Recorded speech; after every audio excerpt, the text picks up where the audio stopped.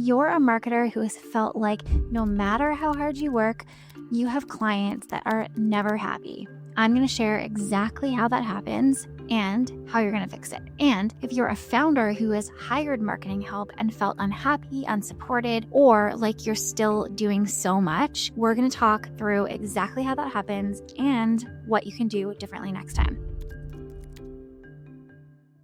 There is a structural problem in the marketing industry that I don't actually hear a lot of people talk about, and it contributes to both sides of this problem. So today I'm going to break it all down for you. We're going to cover number one, the biggest mistake that businesses make when hiring for their marketing teams. Number two, why most marketing hires don't move the needle or get the results that the client's looking for. Number three, the unicorn myth that's actually setting everyone on both sides up to fail. And four, an industry dynamic that is making all of this worse. So let's get into it. Okay, number one, the biggest mistake that you're making when you're hiring for marketing. So here's what usually happens.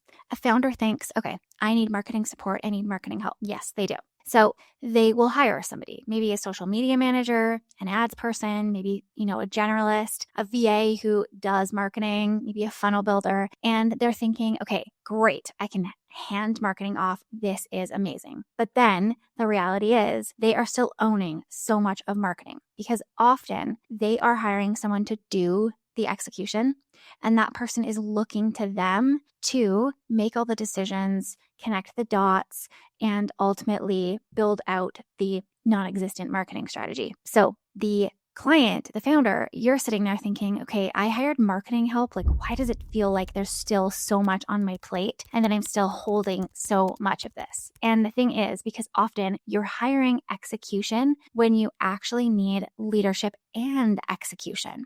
Leadership and execution are two very different things. So execution is the person who is actually doing the stuff. They are building things out, posting on social, writing emails, creating landing pages, all that good stuff. Then leadership is, here's where we're going.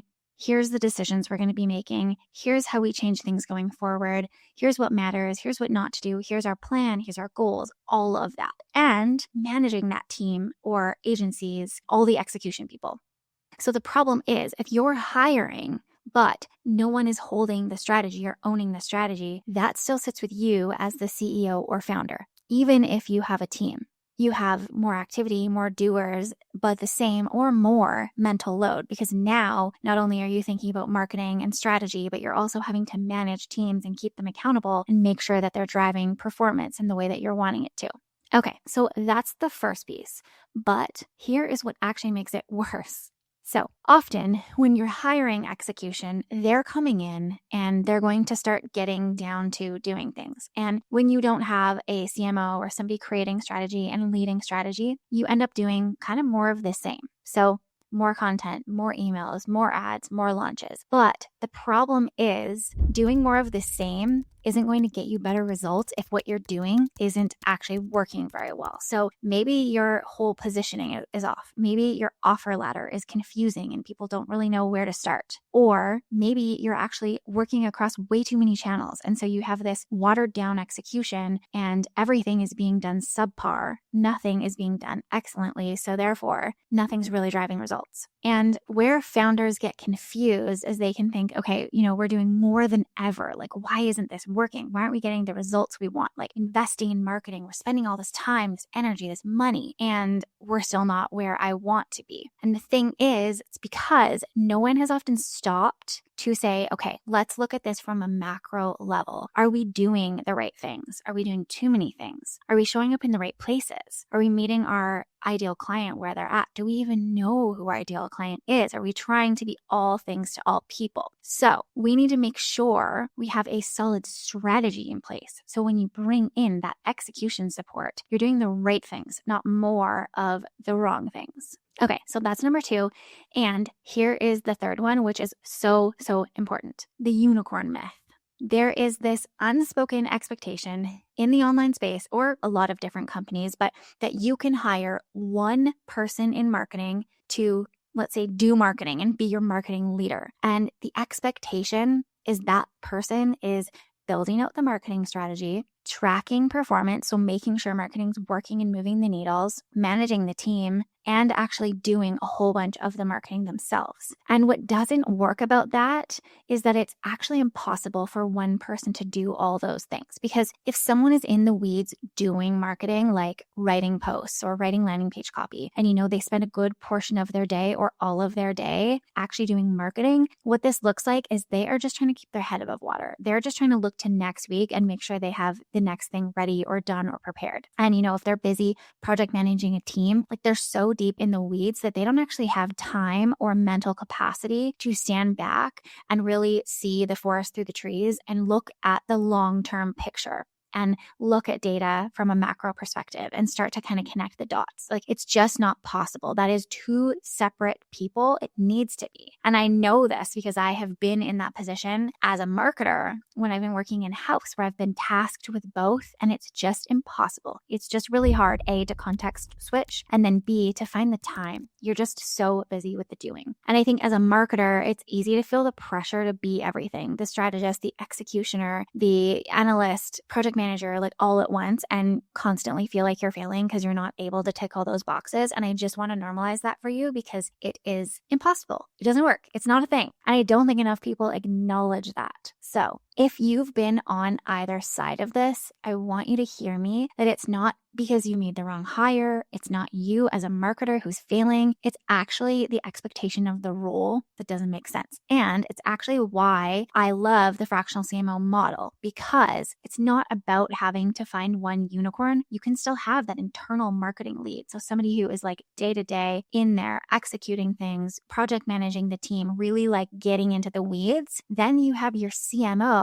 who is the senior strategic leader. So they're owning the big picture, they're setting priorities, they are making decisions, they're looking at things from a long-term perspective, and they're working 6 to 12 months out. And you still have that person day to day in the weeds, making sure that everything that actually comes to life is driving results forward. So there is a fourth thing I definitely need to talk about, because this is a really big thing that also contributes to this whole challenge, this whole problem of hiring and being unhappy with your hire. So there's something that happens in the industry where a lot of marketing is really fragmented into silos or set expertise. So I'll just give you this example. If you're talking to somebody who owns an ads agency, or maybe you're talking to somebody who specializes in evergreen funnels, or you're talking to a person who does like copywriting, messaging, brand positioning, what's going to happen is everyone is going to be coming at your business from their perspective. So, okay, of course you need an evergreen funnel, and this is how you can do it. And of course you need ads, and this is how it will work for you. The thing is, and I don't think anyone's doing this maliciously, but the thing is, when you're talking to someone who is coming from one area or one lane of expertise, they're going to sell you on that as the solution for your business. A fractional CMO actually can zoom out and say, okay, what does the business actually need right now? Like if we were to put all the options, every single marketing tactic and, option on the table, like what actually makes sense for your business, your size of team, your budget, your goals, all of that. And then you have this strategy that is built from the perspective of, as a CMO, you have no skin in the game around whether that person, your client, does paid ads or whether they do social or whatnot. It's really about building the best strategy for the client and the client's business. Then you can pull in your experts and you're making the right hires because it's part of a bigger plan. So if you are talking to people in silos, you're going to end up with fragmentation, and it's just not going to feel cohesive, and it probably won't get the results you want. But if you have a solid strategy that's coming from a place of, okay, what's best for the business, that's when you're going to be able to prioritize the things that are most needle moving. So to wrap up here, the frustration that you are feeling as a marketer, if you're tasked with this impossible unicorn role of ticking all the boxes, doing all the doing, being the strategist, it's so hard and it's such a fast path to burnout. So again, acknowledging that for you. And then if you're making hires, I really want you to take away and ask yourself the question, okay, am I hiring for execution when I actually need leadership?